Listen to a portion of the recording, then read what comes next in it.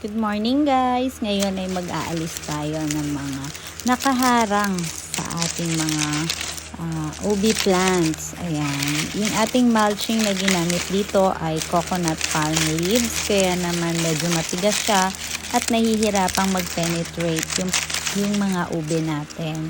So ngayon is i-clear natin yung spot kung saan sila banda nakatanim para makapuwersa sila sa pagtubo. Okay, guys. Napansin ko, medyo mapapayat yung mga seedlings ng ubi natin sa part na ito kasi hindi sila kaagad naaarawan.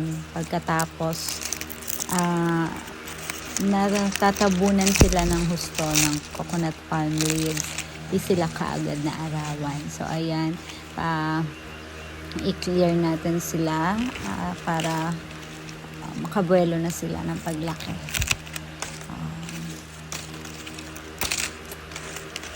Napansin ko in my own experience, mas maganda talaga yung paggamit ng rice straw mulching compared dito sa coconut palm leaves. Ginagawa natin yung mulching guys para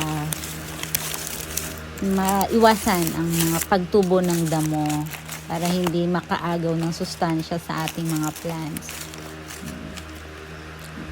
Ayan, ganyan kapapayat guys kapag hindi ka agad siya naarawan.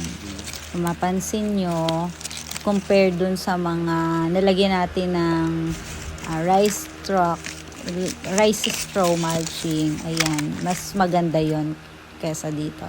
Papansin nyo kapag hindi agad nakalabas yung mga dahon niya, ayan, nagkakaroon ng sunog yung ilalim. So dapat talaga ay mabigyan pansin to. Ito yung isa sa mga challenges na kailangan nating maiwasan para mapalaki ng malusog ang ating mga ubi. So, yan. Sa mga gumagamit ng coconut palm leaves para sa mulching, bisitahin nyo po. Everyday activity po ito.